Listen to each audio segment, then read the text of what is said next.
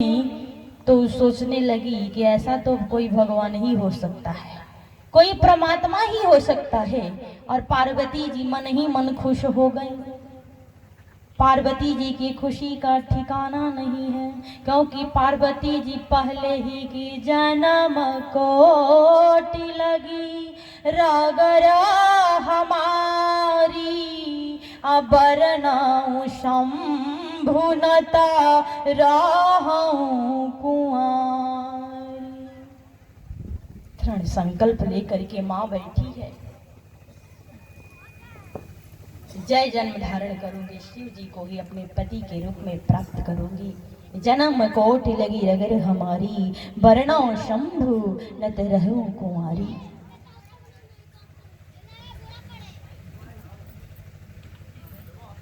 इधर नारद जी चले गए और नारद जी बोले कि जो तप करे कुमारी तुम्हारी, तो भाभी मेटी सकहि त्रिपुरारी। जो तप करे, हे राजा हेमोन, यदि आपकी बेटी जाकर जंगल में तपस्या करे तो शंकर जी एक ऐसा देवता है जो भावी को बदल देते हैं, विधाता के टाकी को भी बदल देते हैं।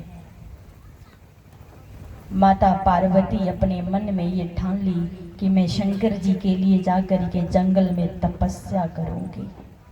इधर शंकर जी कैलाश पे बैठे हुए हैं, सारे देवता उनका समाधि तोड़ दिए और शंकर जी को मना रहे हैं, दुल्हा सरकार हाँ कर दीजिए। शंकर जी बोले कि ठीक है, मैं विवाह के लिए रेडी हूँ, लेकिन मेरे लिए कोई कन्या आप लोग ढूंढ के रखे हैं। विष्णु भगवान कहे इसकी जिम्मेदारी आप हम लोगों पे छोड़ दीजिए। कहा क्यों? शंकर जी को लग रहा है कि हमसे विवाह करेगा कौन, कौन ऐसी लड़की होगी जो मुझे पसंद करेगी। इस पागल को जो दिन रात चीता का भस्म लपेट करके और सर्पों का माला पहन करके घूमता फिरता है, जिनके लंबे लंबे जटाएं हैं, इस दुल्हा से विवाह कौन कन्या करेगी। विष्णु भगवान कहे हम पर छोड़िए ना, हम लड़की ढूंढ के रखे हैं। और इधर माँ पार्वती कहाँ गई? कहा तपस्या करने के लिए।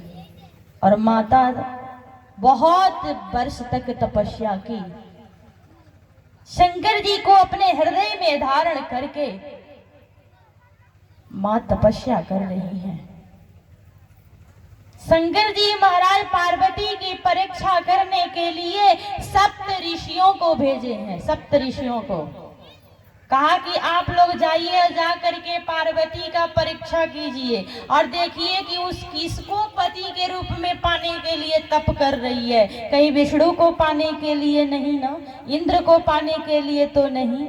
जा करके आप लोग परीक्षा लीजिए। और सप्त ऋषि गए और सप्तऋषि जा करके माता पार्वती के तपस्या को भंग करने में लगे हुए हैं। मानो कह रहे हैं सप्तऋषि की, हे देवी, किस पागल से तुम विवाह करने जा रही हो? न उसके पास घर है, न बंगला है, न गाड़ी है, एक बूढ़ा बैल है,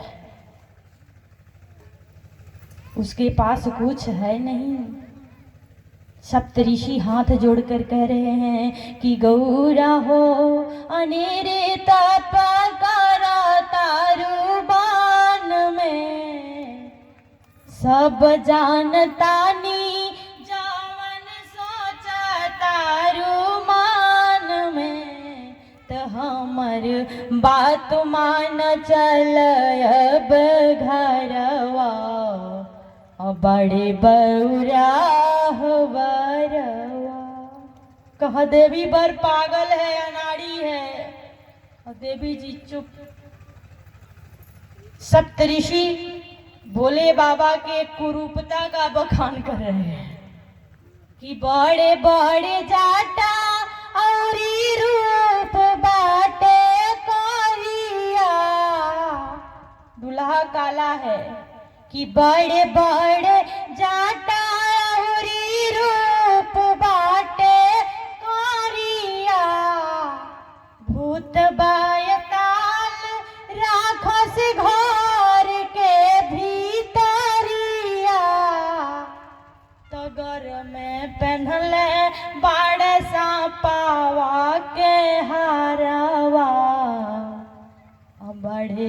बहुरा हो बारवा तगर में पेन्हल बाड़े सापावा के हरवा बड़े बहुरा हो बारवा कि केतनाल कही हामा उनु के चरिता सांप गोजर हाड़ा बिरनी है उनके मीता तकेहू सटे नाही जा लापा जरावा बड़े बहुरा हो बारवा तकेहू सटे नाही जाला पाजरवा बड़े बहुरा हो बारवा। सौ बात का एक ही जवाब माँ पार्वती दिए सप्तऋषियों, ये पार्वती एक नहीं प्रण कर चुकी है कि चाहे जन्म धारण करेगी शिव जी को छोड़ करके किसी को नहीं छोड़ेगी। इसलिए जैसे भी हो मैं शिव जी को ही पति मानूंगी, मान चुकी हूँ, उनका स्वरूप मैं अपने हृदय में बैठा चुकी हूँ। जगत जननी जगदम्बा माँ पार्वती के इन शब्द को सुन करके सप्तऋषि जय जयकार करने लगे। कहा धन्य हो पार्वती, तुम धन्य धन्य धन्य हो। और सप्तऋषि आकर बोले बाबा से कह दिए कि बाबा वो देवी आपके लिए ही तप कर रही हैं और आप अपना पति मान चुकी हैं। अब शंकर जी भी हाँ कर दिए, हाँ तो कर दिए, लेकिन बहुत विचित्र घटना घटती है। इधर माता पार्वती अपने पिता के साथ महल में आ गई, तैयारियां चल रही हैं, और इधर दूल्हा कैलाश पे बैठा हुआ है चुपचाप सावधान। लग ही नहीं रहा है कि दूल्हा का बारात निकलने वाली है, विवाह होने वाला है। दूल्हा के मन में ना कोई दुख है और ना कोई उमंग है।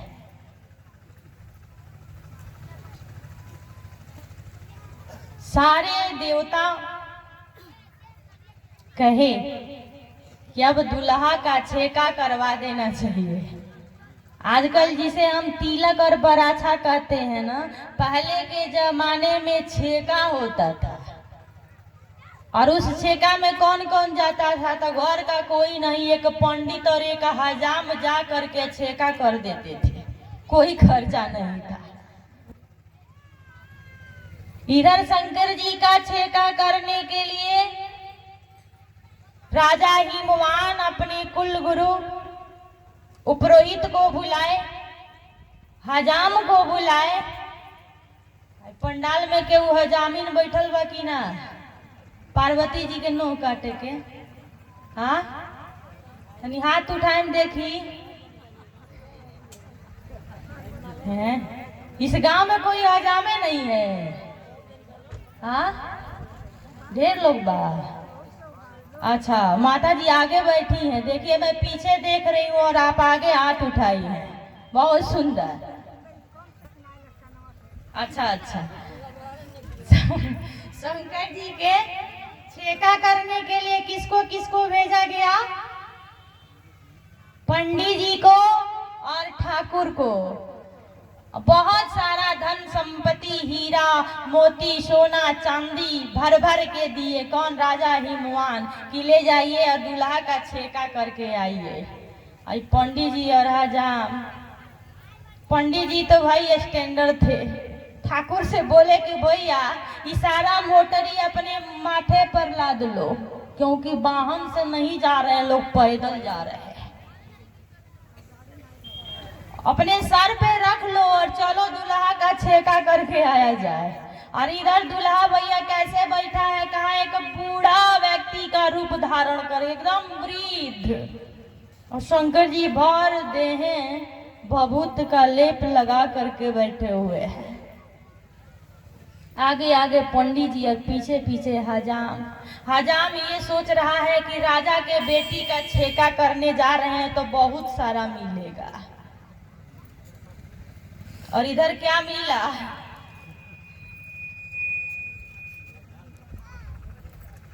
चलते चलते सुबह से शाम हो गई। ये दोनों लोग पता करते करते पूछते पूछते जब कैलाश पर्वत पर पहुंचे तो क्या देखे? बूढ़ा बनकर शंकर जी बैठे हैं। अब पंडित जी तो ज्ञानी थे। अब पंडित जी शंकर जी को देख करके प्रणाम किए। हजाम दूल्हा को ढूंढ रहा था कि राजा का आदेश है कि दूल्हा का छेका करना है। इधर तो इस कैलाश पर दूल्हा कहीं दिख ही नहीं रहा है। पंडित जी प्रणाम कर लिए तो शंकर जी मन ही मन आशीर्वाद दे दिए कि बाबा आपका कल्याण हो। लेकिन हजाम बेचारा चंचल था, प्रणाम नहीं किया। इशारा किए शंकर भगवान, पंडित जी जाइए, झरने से जल गिर रहा है, थोड़ा पानी पी लीजिए, और यहाँ भस्म का गट्ठर लगा हुआ है, थोड़ा सा भस्म लीजिए और पानी पी लीजिए। पंडित जी चुपचाप गए, थोड़ा सा भस्म उठाकर झरना के पास गए ना, तो हाथ में मेवा मिष्ठान हो गया। खूब पेट भर के खाए और पानी पी करके आराम करने लगे। शंकर जी कहे जाने दो, प्रणाम नहीं किया तो क्या है, आया तो मेरा ही छेका करने के लिए है ना। तो शंकर जी कहे ठाकुर क्या है?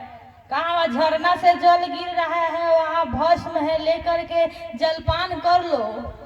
हजाम बोला है बाबा रहे दही रखिया, हमरा घरे रोजो खेते में फेंकाला।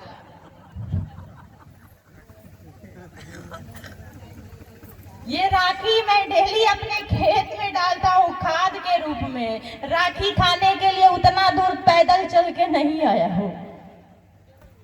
शंकर जी हंसने लगे, कहे बहुत भोला भक्त है। अब नहीं लिया। इधर पंडित जी पूरा पेट भर भर के जलपान किए। ठाकुर बोला कि आए बूढ़ा बाबा, दूल्हा को बुलाइए, हम लोग छेका करें और निकले। शंकर जी कहे दूल्हा को बुलाए? अरे हम ही ना दूल्हा है। कहा आप दूल्हा हैं? कहा हाँ। हजाम बेहोश हो गया। धन्य हो हमारे भोले बाबा। हजाम बेहोश हो गया। कहा बाप रे बाप, ऐसा रूप तो आज तक कहीं देखा ही नहीं।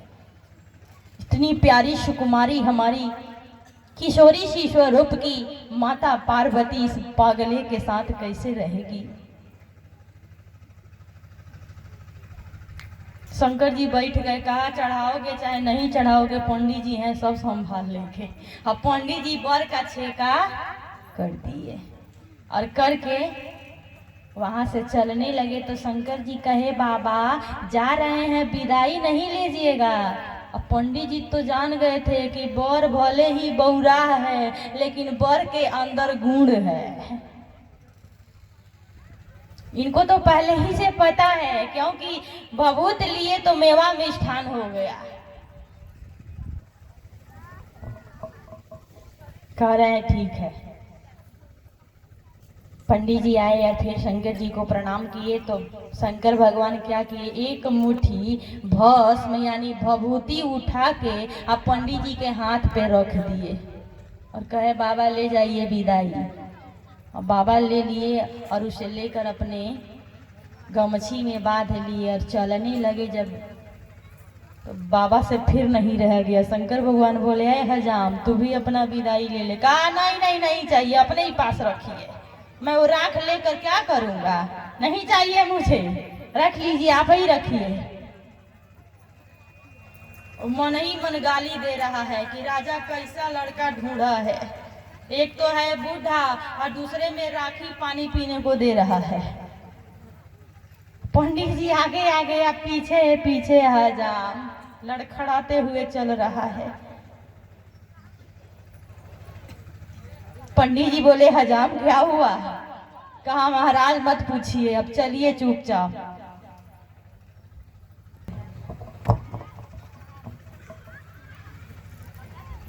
कहा कि ठीक है, अब हमको विदाई नहीं मिला तो राजा से ले लेंगे, और आगे आगे पंडित जी पीछे पीछे ठाकुर, दोनों लोग जा रहे हैं। चलते चलते जब कुछ दूर पे गए ना, तो बाबा का इतना सा जो भस्म था वो इतना हो गया, और उसमें चमचमाता हुआ मणि, हीरा, सोना, चांदी, खजाना पूरा इतना हो गया, और लगा मणि चमचमाने। ठाकुर देखा तो कहा, बाबा आपके मुड़ी पे कुछ झलक रहा है। कहा क्या?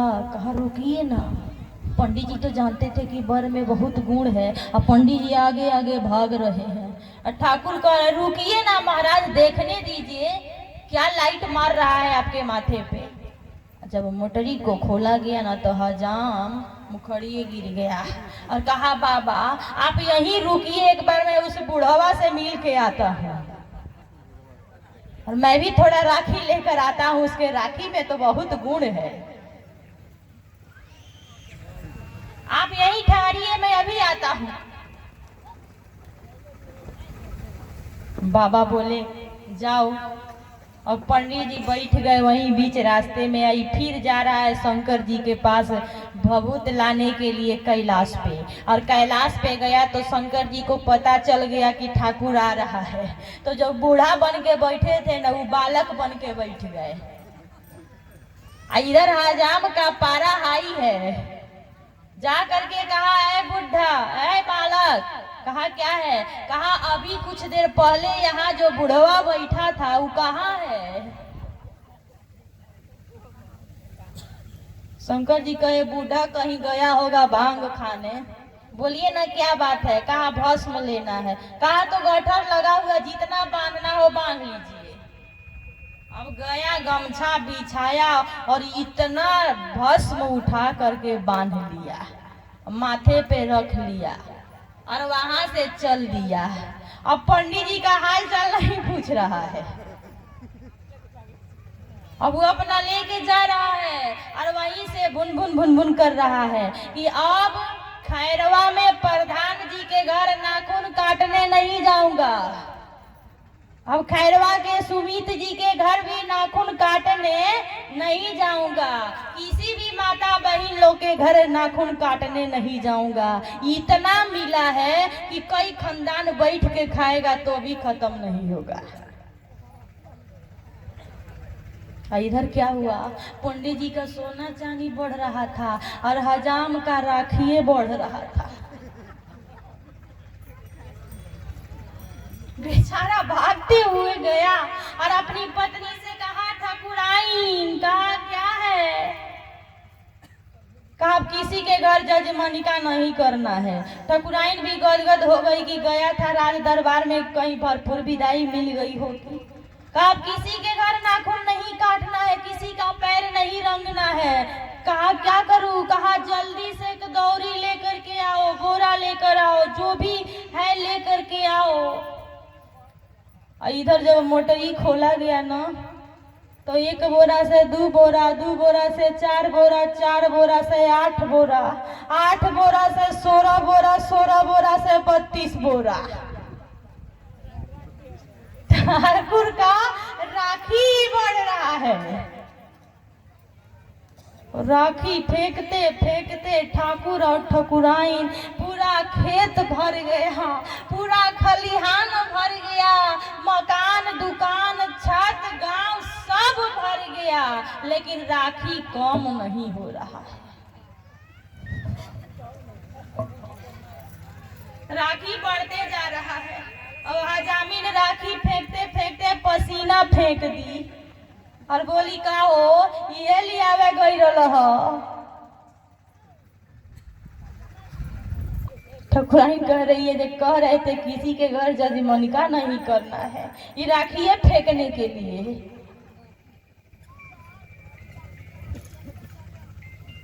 ठाकुर और ठाकुराइन राखी फेंकते फेंकते सुबह से शाम हो गई। माता मैना जी को खबर लगी कि हजाम और पंडित जी आ गए हैं, तो जरा बुला कर पूछूं कि लड़की का बर कैसा है। माता मैना रानी एक दासी को भेजी, हजाम चलो दरबार में, महारानी जी बुला रही हैं। अभी ठाकुर बोलने ही वाला था कि ठकुराइन बोली कि जा करके कह दो कि मेरे घर अब जजमनिका नहीं होगा। इतना आया है कि अब हम लोग क्या करेंगे। राखिए फेंकते फेंकते हम लोग का जीवन गुजर जाएगा। अब मुझे कुछ नहीं चाहिए। लेकिन हजाम को लगा कि दरबार की बात है, नहीं जाऊंगा तो अनर्थ हो जाएगा, राजा गुस्सा करेंगे, और राजा गुस्सा करेंगे तो कुछ भी कर सकते हैं। तो हजाम कहा हजामिन से कि एक लोटा में पानी दो, हमको शौच करने के लिए जाना है। तो हजामिन पानी दी। आई बेचारा रास्ते में ही पानी का लोटा फेंक के और कहाँ गया, दरबार में। पीछे का चढ़ा के नौआ घरे ले हो, नौआ गिरे मुरुछा, गौरा के फूटल लीला रानी है, बर मिले बौरा। बर कैसा है, बौरा है।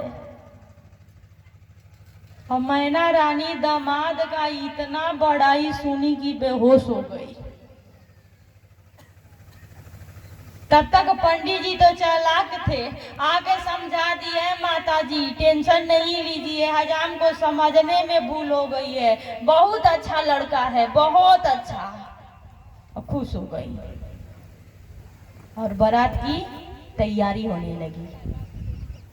इधर शंकर जी के बारात निकलने का समय आ गया। सारे देवता अपनी अपनी वाहनों में बैठ करके सज धज करके, सारी देव स्त्रियां सज धज करके और कैलाश पर्वत पर आ गई। लेकिन जिनको बारात में जाना है, जिनको विवाह करना है, वो बाबा मस्ती में अपने दूत भूतों के साथ डांस कर रहे हैं। विष्णु भगवान आए और इस रूप को देखे तो कहे बाबा इस रूप को देख करके तो कन्या नहीं मिलेगी, लाठी मिलेगा। शंकर जी कहे जो रूप है वही ना रहेगा। कहा तो इसे बदलिए, कहा क्या करूं, कहा दूल्हा बन जाइए। तो हमारे घर आपके घर जब लड़का दूल्हा बनता है ना, तो कितना महंगा महंगा ड्रेस खरीदना पड़ता है। हाँ, इधर शंकर जी विष्णु भगवान बोले बताइए आपको 3 पीस पहना दे कि 2 पीस पहना दे कि शेरवानी पहना दे। कहे ना 3 पीस पहनूंगा, ना 2 पीस पहनूंगा, ना शेरवानी पहनूंगा, जैसे हूं वैसे ही जाऊंगा। समस्या खड़ी हो गई। विष्णु भगवान कहे कि नहीं, शंकर जी मानेंगे नहीं तो हम लोग चुप हो जाएं। और सारे देवता चुप हो गए और शंकर जी अपने दूत भूत अपने गणों को आदेश दिए। तो शिव जी के गण शिव जी का कैसे श्रृंगार कर रहे हैं कि शिव ही शंभु गणा करहि श्रृंगारा, जटा मुकुट अहि माउर संवारा। कहा जटाओं का मुकुट बन गया। छोटे छोटे सर्प को लेकर के हमारे शंकर भगवान हाथ में ब्रासलेट बना लिए। बिच्छुओं को लेकर के कान में कुंडल पहन लिया। एक लंबा पतला सा भुजंग सर्प को लेकर के जनेऊ पहन लिए। बाघंबर को लेकर के शेरवानी बना लिए और सारे शरीर में भस्म लेप लगा लिए। जब भस्म का लेप किए ना, विष्णु भगवान बोले भगवान शंकर से, भोलेनाथ सबका विवाह होता है तो हल्दी चंदन लगाया जाता है, और आप इस चीता के भस्म को क्यों लगा रहे हैं? भोले बाबा कहे मैं चीता का भस्म लगाकर दुनिया वालों को उपदेश देना चाहता हूँ कि शंकर के जीवन में कुछ भी नया नहीं है। ये चिता का भस्म हमें उपदेश देती है कि हम जहां से आए हैं वहां हमें जाना है। पूरे शरीर में भस्म का लेप करके और शंकर जी एक हाथ में डमरू एक हाथ में त्रिशूल लेकर के खड़े हो गए और सारे देवता हंसने लगे। खुल करके तो कोई हंस नहीं सकता, एक दूसरे को इशारा कर करके हंस रहे हैं। अब विष्णु भगवान कहे हाँ बढ़िया है, जस दूल्हा तस बनी बराता।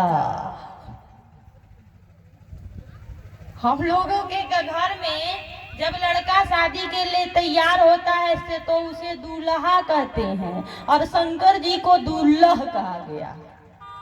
हम लोगों के घर बाराती जाती है, वहां पे बाराता जा रहा है, सब अलग अलग है। कहा कि जस दूल्हा तस बनी बराता, बराता जा रही है।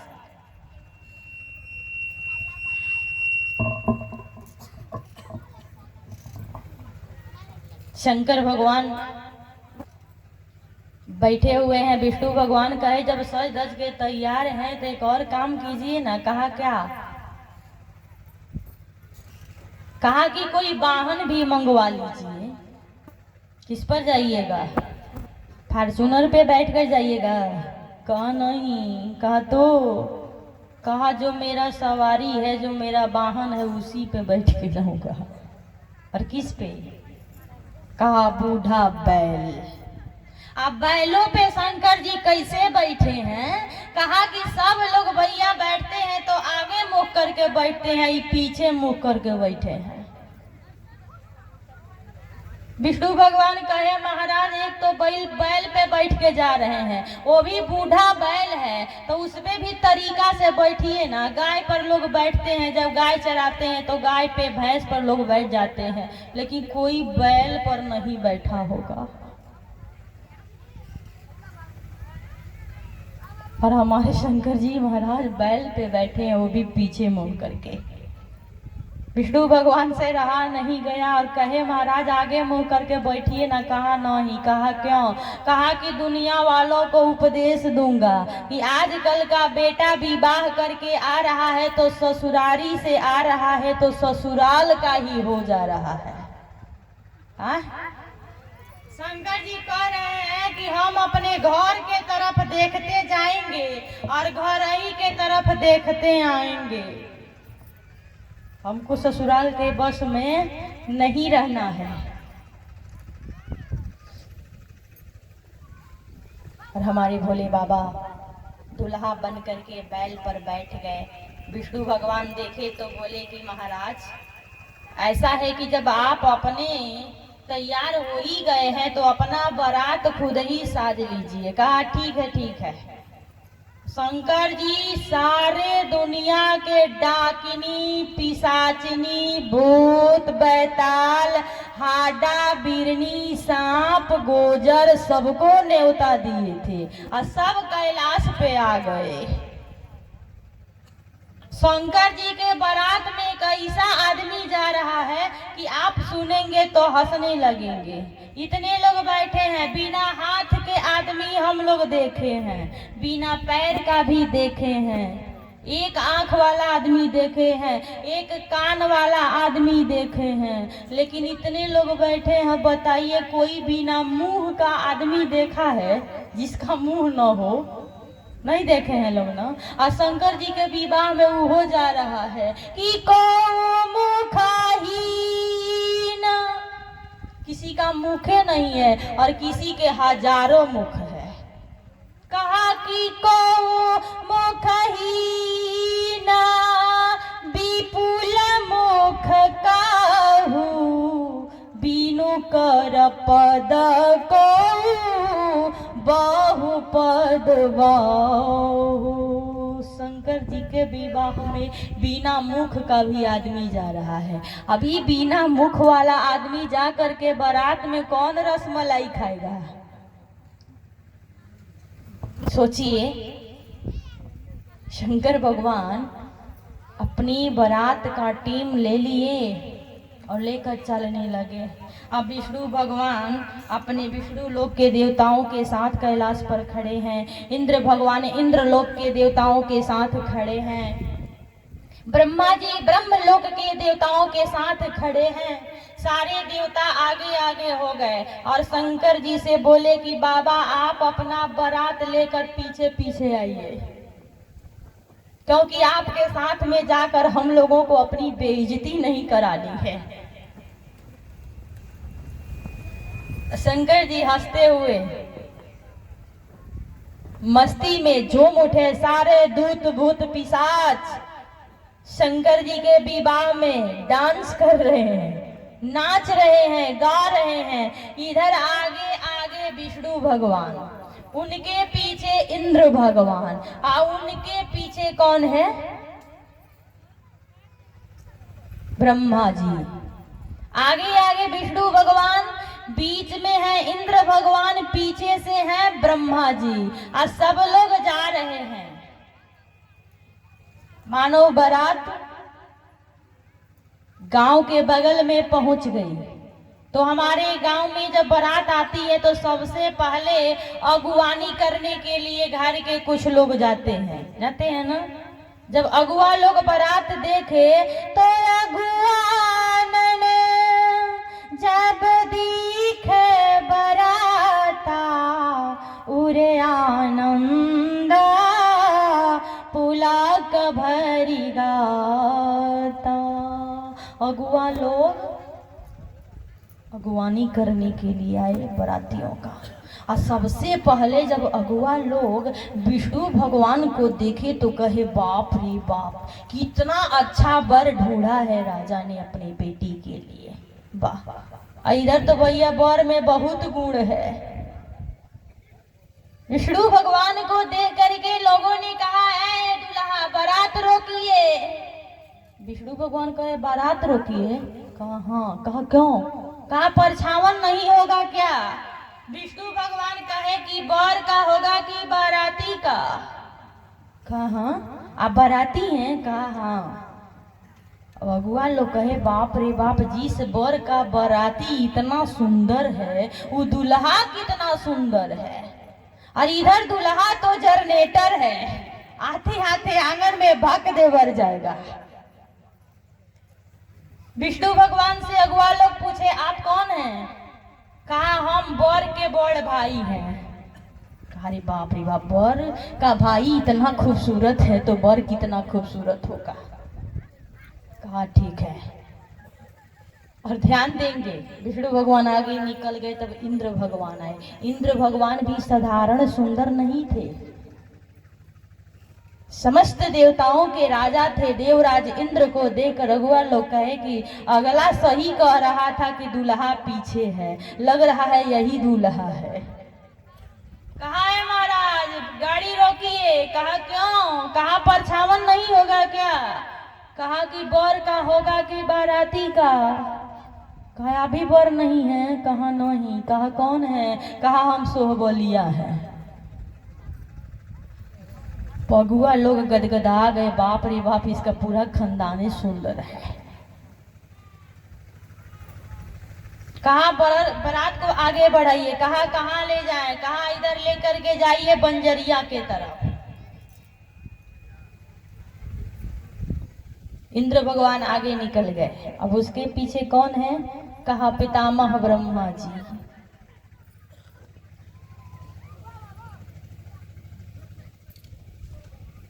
अब पितामह ब्रह्मा जी को देख करके अगुआ लोग सोचे कि लग रहा है यही बर है। कहा महाराज बारात को रोकिए। कहा क्या है?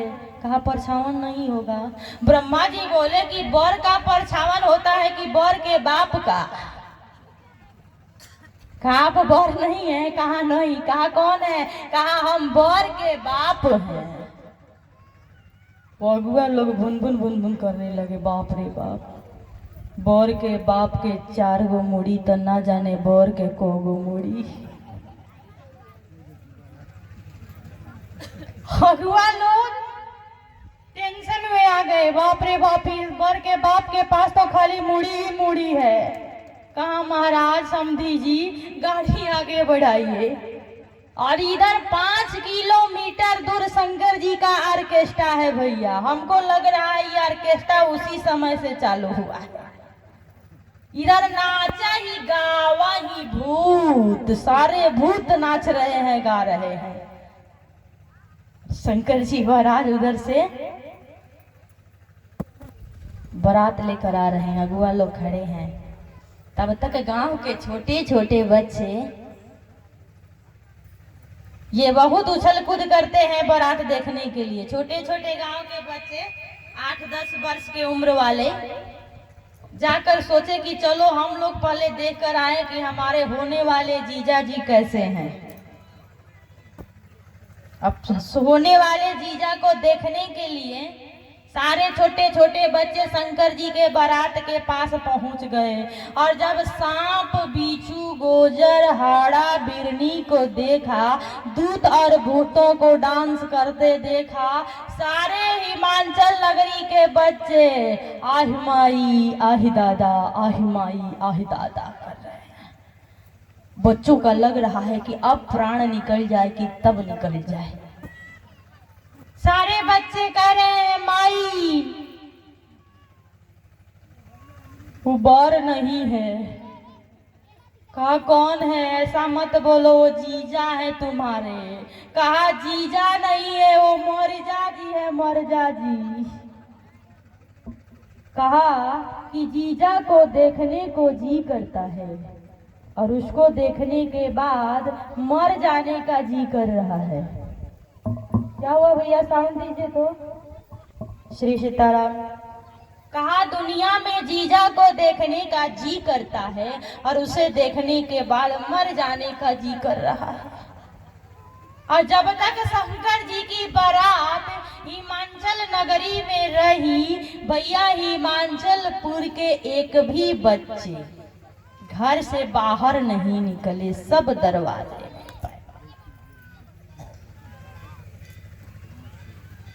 जेपी भैया बारात में दुल्हा दुल्हन को लाया जाए।